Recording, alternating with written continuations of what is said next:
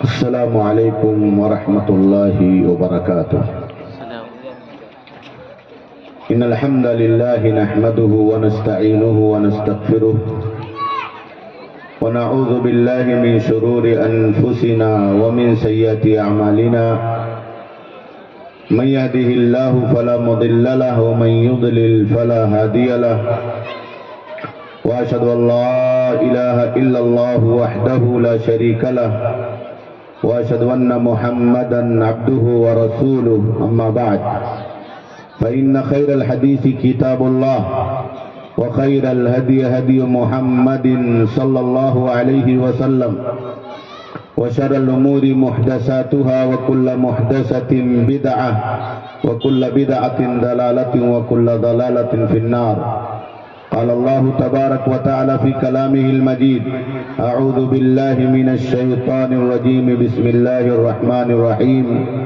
فاعلم أنه لا إله إلا الله واستغفر لذنبك۔ قابل صد احترام معزز اور مکرم علماء کرام، ذمہ داران مدرسہ فاطمہ الزہرا للبنات بھوج، اور ہمارے بہت ہی محترم عزیز شاگردان، اسلامی دینی اور ملی بھائیوں، ماں اور بہنوں اور عزیز طالبات، اللہ رب العالمین کا صد شکر اور احسان ہے کہ اس نے آج کی اس مبارک مجلس میں مجھے شرکت کا اور حاضری کا اور آپ تمام درد مندان قوم سے ملاقات کا یہ شرف عطا کیا ہے۔ اللہ رب العالمین کے شکر اور احسان کے بعد کائنات کے آخری نبی، خاتم الرسل، سید المرسلین، خاتم الانبیاء، محمد عربی جناب محمد رسول اللہ صلی اللہ علیہ وسلم پر بے شمار درود و سلام نازل ہوں۔ میرے دینی بھائیوں اور دوستوں، کچھ کا یا آپ کے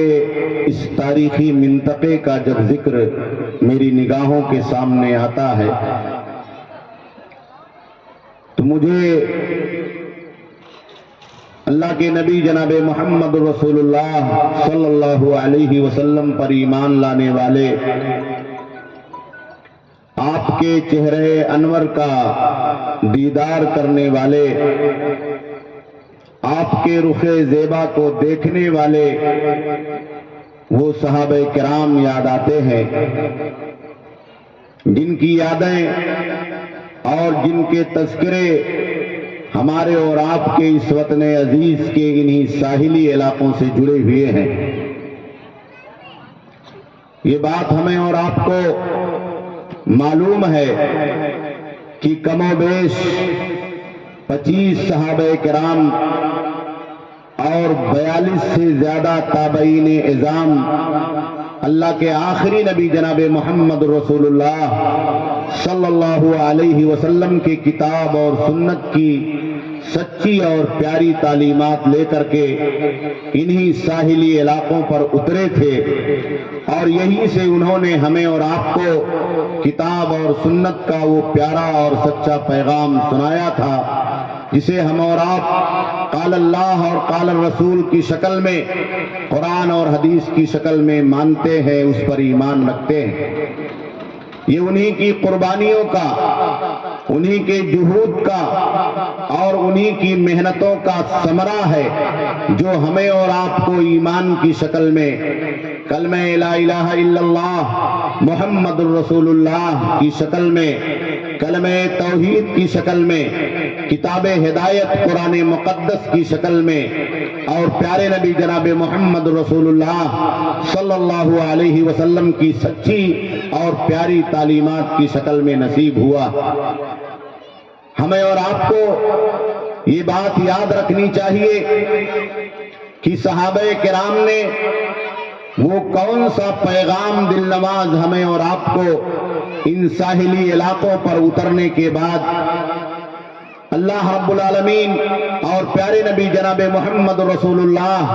صلی اللہ علیہ وسلم کی سچی اتباع کی شکل میں عطا کیا ہے، اور ہم کتنی ذمہ داری اور امانت داری کے ساتھ صحابہ کرام کے لائے ہوئے اس پیغام کو مانتے ہیں، اپنے علاقوں میں، اپنی بستیوں میں، اپنے قریوں میں اور اپنے دلوں کے اندر اسے جگہ دیتے ہیں۔ ہماری اور آپ کی وہ تاریخی حیثیت، ہمارا اور آپ کا وہ تاریخی مقام، ہمارا اور آپ کا وہ تاریخی احساس جو اللہ رب العالمین کے دین سے جڑا ہوا ہے، صحابہ کرام کے لائے ہوئے عقیدے سے جڑا ہوا ہے، خاص طور پر عقیدہ توحید سے جڑا ہوا ہے، وہ سچا عقیدہ جو اس کائنات میں تمام نبیوں کی دعوت کا خلاصہ ہے، جو تمام نبیوں کی دعوت کا نقطۂ آغاز بھی ہے اور نقطۂ اختتام بھی ہے۔ ایک مومن بندہ بغیر توحید کے اللہ رب العالمین کے دین میں داخل نہیں ہو سکتا، اور ایک مومن بندہ بغیر سچی توحید کو اختیار کیے ہوئے نجات کا راستہ نہیں پا سکتا، اور ایک مومن بندہ قیامت کے دن اللہ کے آخری نبی جناب محمد رسول اللہ صلی اللہ علیہ وسلم کی پیاری شفاعت کا اس وقت تک مستحق نہیں ہو سکتا جب تک دل و جان سے توحید اور اس کے تقاضوں کو اس کائنات میں پورا نہ کرے۔ توحید یہ اس کائنات کی وہ سچائی ہے جسے اللہ رب العالمین نے ہمیں اور آپ کو سکھلایا، جسے حضرت آدم علیہ السلام سے لے کر کے کائنات کے آخری نبی جناب محمد رسول اللہ صلی اللہ علیہ وسلم تک نبیوں نے ہمیں اور آپ کو سکھلایا اور بتلایا۔ اسی توحید کی دعوت کی خاطر انبیاء کرام کو اس دنیا کے اندر کتنی مشقتیں اور کتنی شدتیں برداشت کرنی پڑی، بھوک اور پیاس کی شدت، اپنی قوموں سے ظلم اور جبر کی وہ شدت جو تاریخ کے صفحات پر درج ہے، ہمیں اور آپ کو اسے بتانے کی اور اسے سننے کی بہت زیادہ ضرورت نہیں ہے۔ میرے دینی بھائی اور دوستو، قرآن مجید کی جو آیت کریمہ میں نے پڑھی ہے، اللہ رب العالمین نے ہمیں اور آپ کو اس میں بھی توحید کی تعلیم اور پیارے نبی جناب محمد رسول اللہ صلی اللہ علیہ وسلم کو یہ حکم دے کر کے کہ آپ امت کے لوگوں کو بتا دیجئے کہ وہ اس بات کا علم حاصل کر لیں، اس بات کے سلسلے میں جانکاری حاصل کر لیں، اپنا یقین اور اپنا ایمان پختہ کر لیں کہ اللہ رب العالمین کے سوا اس کائنات میں کوئی عبادت کے لائق نہیں ہے۔ ایک مومن بندہ دنیا کی زندگی میں جب تک توحید نہیں سیکھے گا، جب تک توحید کی تعلیم نہیں لے گا، اس کا عقیدہ، اس کا ایمان اللہ رب العالمین کے تعلق سے درست اور صحیح نہیں ہوگا، وہ صحابہ کرام کے عقیدے کے مطابق اپنے عقیدے کو نہیں بنائے گا، وہ تابعین کے عقیدے کے مطابق اپنے عقیدے کو نہیں بنائے گا، اور اللہ رب العالمین کی توحید کے راستے کو چھوڑ کر کے وہ اس دنیا کے اندر ایسے راستوں کو اختیار کرے گا جو ہمارے ایمان کو کمزور کرنے کا ذریعہ، ہمارے یقین کو متزلزل کرنے کا ذریعہ، ہماری توکل اور انابت کی طاقت کو کمزور کرنے کا ذریعہ ہے، اور ہماری اس توجہ کو ڈائیورٹ کرنے کا ذریعہ ہے جو توجہ ہماری اور آپ کی عبادتوں کے حوالے سے، ایمان کے حوالے سے، سجدوں کے حوالے سے، رکوع اور دعاؤں کے حوالے سے، حاجت روائی اور مشکل کشائی کے حوالے سے ایک اللہ کے لیے خاص ہونا چاہیے، اللہ رب العالمین کی ذات کے لیے اس دنیا کے اندر خاص ہونا چاہیے۔ میرے دینی بھائی اور دوستو، ہمیں اپنے بچوں کو اور اپنی بچیوں کو صحیح عقیدے کی تعلیم دینا۔ آپ قرآن پڑھیں گے، احادیث مبارکہ پڑھیں گے تو اللہ رب العالمین نے اور اللہ کے نبی صلی اللہ علیہ وسلم نے سب سے پہلے ہمیں اور آپ کو عقیدے کی، عقیدہ توحید کی تعلیم حاصل کرنے کا حکم عطا فرمایا۔ یہ آیت کریمہ ہمیں اور آپ کو یہی بتاتی ہے، اور محدثین نے اس آیت کریمہ کے حوالے سے ہمیں اور آپ کو یہی پیغام دیا ہے کہ ایک مومن بندے کے لیے، اس کے بچوں کے لیے، ہماری اور آپ کی بچیوں کے لیے اور ہم سب کے لیے سب سے پہلے یہ تعلیم لینا ضروری ہے کہ ہمارا رب کون ہے، اس کائنات کا پیدا کرنے والا کون ہے، تنہا عبادت کے لائق کون ہے۔ ایک اللہ کے سوا اس کائنات کے اندر کوئی عبادت کے لائق نہیں ہے، کوئی پرستش اور پوجا کے لائق نہیں ہے۔ فَاعْلَمْ أَنَّهُ لَا إِلَٰهَ إِلَّا اللَّهُ، کہا یہ جان لو، یہ تعلیم حاصل کر لو۔ یہ تعلیم سب کو سیکھنا ہے، بڑوں کو سیکھنا ہے، بوڑھوں کو سیکھنا ہے، بزرگوں کو سیکھنا ہے، امت کے جوانوں کو سیکھنا ہے، ہمارے بچوں کو سیکھنا ہے، ہماری بچیوں کو سیکھنا ہے۔ مدرسے اسی لیے قائم کیے جاتے ہیں، مساجد اسی لیے بنائی جاتی ہے تاکہ وہاں کے منبر و محراب سے اور ان مدرسوں کی چار دیواریوں میں ہمیں اور آپ کو توحید کا پیغام سنایا جائے، اللہ رب العالمین کی عبادت اور خالص عبادت کی تعلیم دی جائے۔ میرے دینی بھائیوں اور دوستو، اگر آپ تاریخ پڑھیں گے تو آپ کو توحید کی سچائی اس وجہ سے بھی معلوم ہو جائے گی کہ حضرات صحابہ کرام نے دنیا کے لوگوں کو توحید کے ذریعے سے جوڑا تھا، اور اللہ کے آخری نبی جناب محمد رسول اللہ صلی اللہ علیہ وسلم کا جو پیغام تھا، جو اس دنیا سے رخصت ہونے کے وقت آخری پیغام تھا، وہ پیغام بھی توحید اور توحید کی دعوت کے اوپر قائم تھا۔ حضرات صحابہ کرام ہمارے اور آپ کے اس ملک میں آئے، یہ ہمارے اور آپ کے لیے بڑی سعادت کی بات ہے، لیکن صحابہ کی تعلیمات کیا ہے، صحابہ کا مسلک کیا ہے، صحابہ کا عقیدہ کیا ہے، صحابہ نے ہمیں اور آپ کو کون سا سچا راستہ اور کون سا سیدھا راستہ دکھلایا تھا اور بتلایا تھا، جسے ماننا ہمارے اور آپ کے لیے دنیا کے اندر بھی کامیابی کا ذریعہ ہے اور آخرت کے اندر بھی کامیابی کا ذریعہ۔ میرے دینی بھائیوں اور دوستو، یہ بات ہم سے اور آپ سے ڈھکی چھپی نہیں ہے کہ حضرات صحابہ کرام کا ایک ہی نعرہ تھا، ایک ہی پیغام تھا، ایک ہی تعلیم تھی کہ ایک مسلمان کے لیے اللہ رب العالمین کی سچی اطاعت اور اللہ رب العالمین کے ساتھ اس کے پیارے پیغمبر جناب محمد رسول اللہ صلی اللہ علیہ وسلم کی سچی اطاعت ضروری ہے۔ ان دونوں کے سوا کسی کی اطاعت ایک مسلمان کے لیے ضروری اور واجب نہیں ہے۔ اگر ایک مسلمان اللہ کی سچی پیروی کرتا،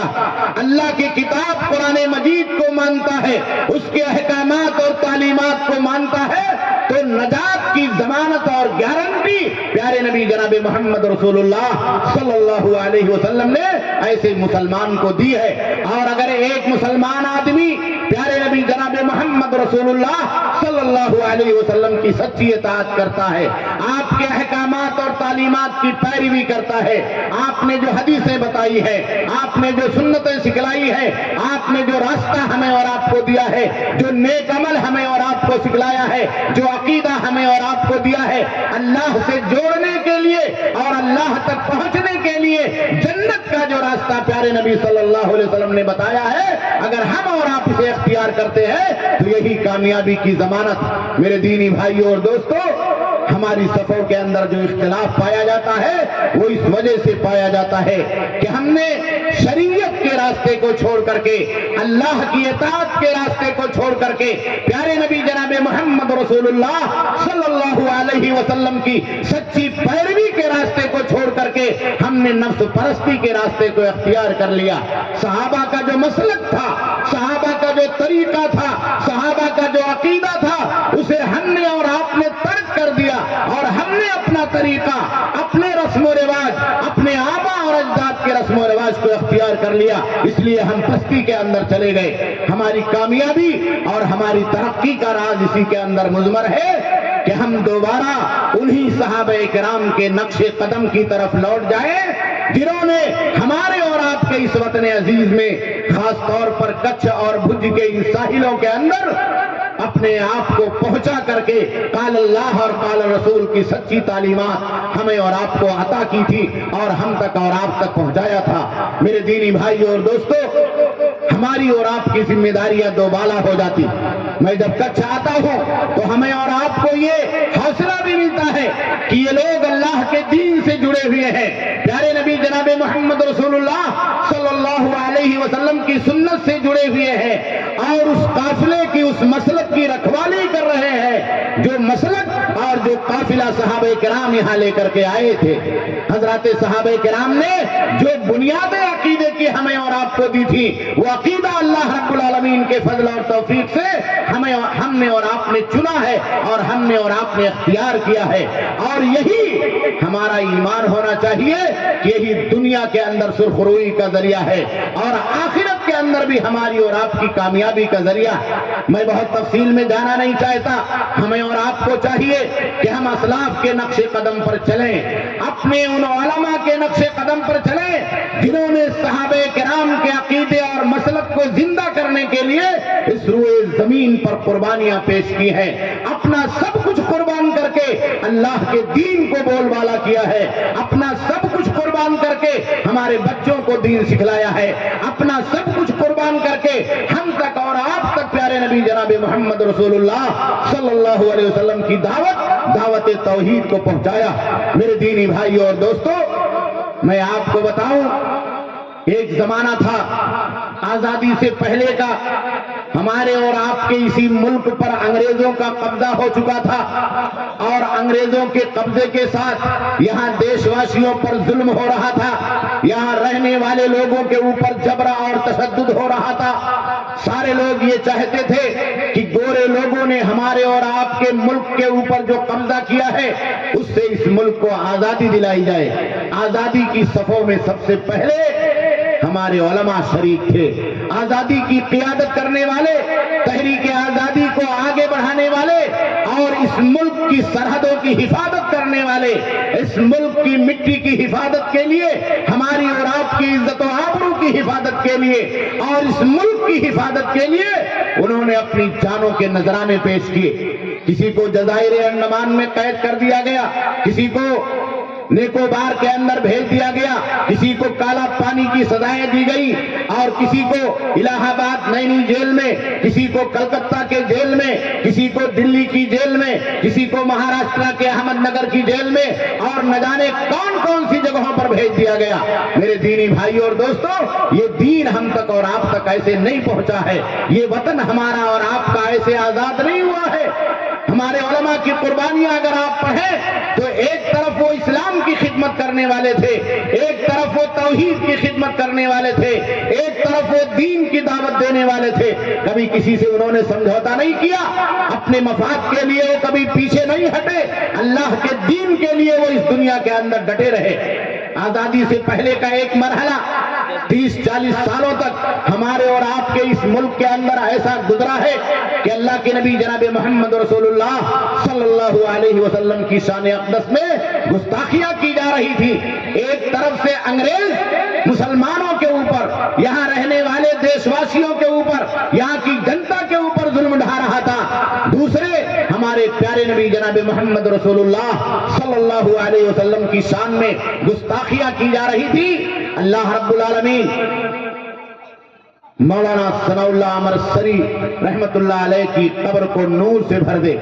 وہ آل انڈیا اہل حدیث کانفرنس کے آزادی سے پہلے سب سے اول جنرل سیکریٹری تھے، سب سے پہلے جنرل سیکریٹری تھے۔ جب کوئی آواز ملک کے کسی کونے سے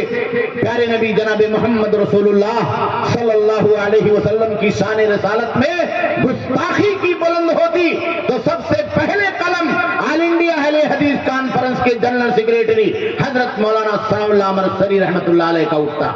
سب سے پہلے وہ جواب دیتے، سب سے پہلے وہ پیارے نبی جناب محمد رسول اللہ صلی اللہ علیہ وسلم کی طرف سے اور آپ کی شان اقدس کی طرف سے دفاع کا حق ادا کرتے۔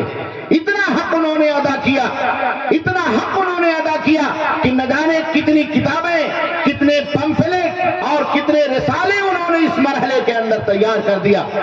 اللہ کے آخری نبی جناب محمد رسول اللہ صلی اللہ علیہ وسلم کی شان میں گستاخی کرتے ہوئے کسی نے رنگیلا رسول نام کی کتاب لکھی تو حضرت مولانا ثناء اللہ امرستانی رحمت اللہ علیہ نے اس کشمکش کے ماحول میں اور اس فتنہ زدہ ماحول میں، اس خوف کے ماحول میں بھی پیارے نبی جناب محمد رسول اللہ صلی اللہ علیہ وسلم کی شان اقدس اور آپ کی طرف سے دفاع کرنے میں کبھی کوئی کمی اور کوتاہی نہیں کی۔ انہوں نے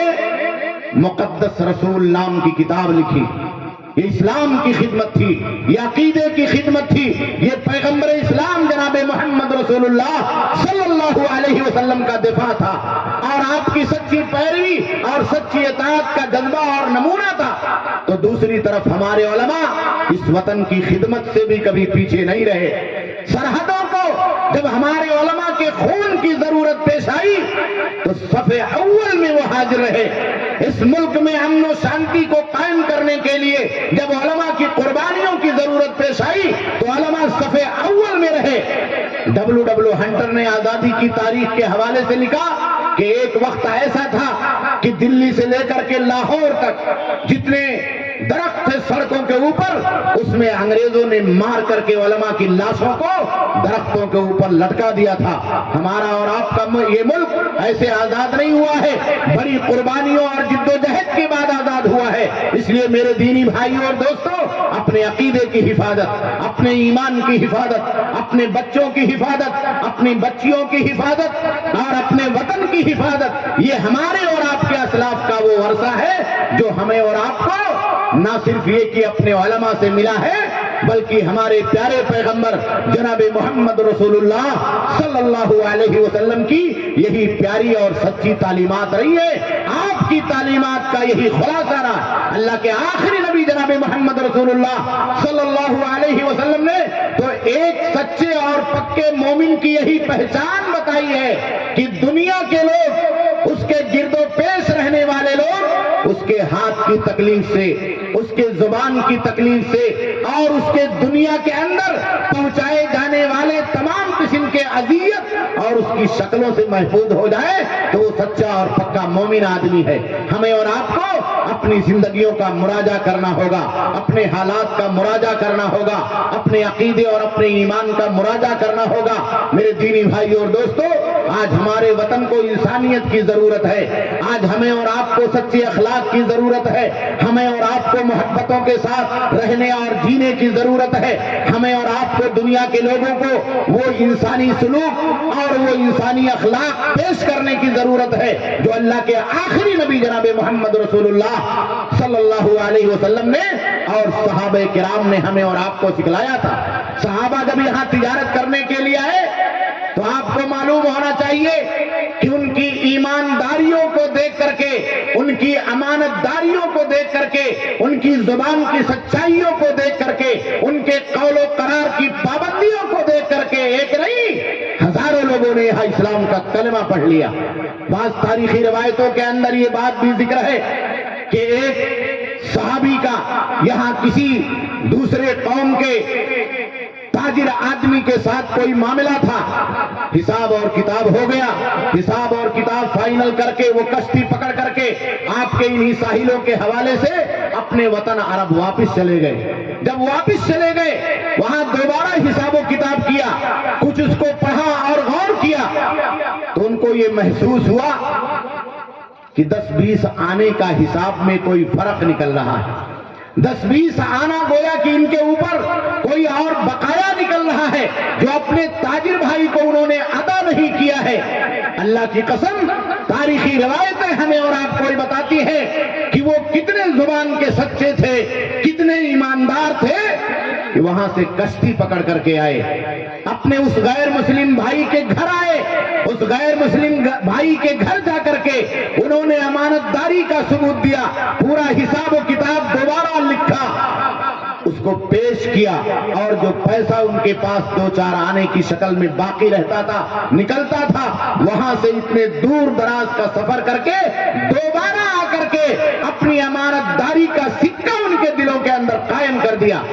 میرے دینی بھائی اور دوستو، یہ دین ہم تک اور آپ تک ایسے نہیں پہنچا، بڑی قربانیوں کے بعد پہنچا ہے۔ اس لیے ہمیں اور آپ کو اس دین کو پڑھنا، اسے سیکھنا ہے، اپنے بچوں کو سکھانا ہے، ہماری نوجوان نسلوں تک اس دین کو پہنچانا ہے۔ وہ دین جو صحابہ لائے تھے، اللہ کے نبی جناب محمد رسول اللہ صلی اللہ علیہ وسلم نے جو ہمیں اور آپ کو سکھلایا تھا، خاص طور پر اپنی بچیوں کی صحیح تعلیم اور صحیح تربیت کرنی ہے،